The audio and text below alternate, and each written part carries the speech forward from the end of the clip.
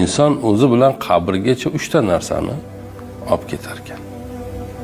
Birinchisi oilasini, ikkinchisi mol davlatini, uchinchisi amallari.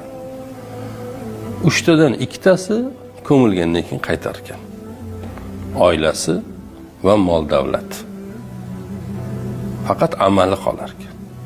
Amali uni olib ketar ekan. Endi mol davlati qanday qabrgacha boradi desangiz, shu bu dunyodagi shu mol davlati tufayli to'plagani obro'lari, e'tibori bilan, hurmatidan shu qabrga ko'mguncha odamlar sabr qilar ekanda endi.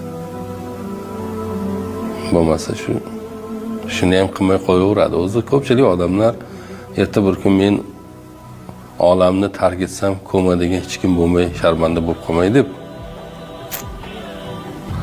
bu marosimlarda ishtirok etib yurganlar ham ko'p. Men bormasam ertaga menga ham kelmaydi, ko'madiganim bo'lmaydi deb qo'rqqanidan ham kelib yurganlar bor. Bo'lmasa kelmaydi ko'p. Men bormasam ertaga menga ham kelmaydi, ko'madiganim bo'lmaydi deb qo'rqqanidan ham kelib yurganlar bor. Bo'lmasa kelmaydi ko'p.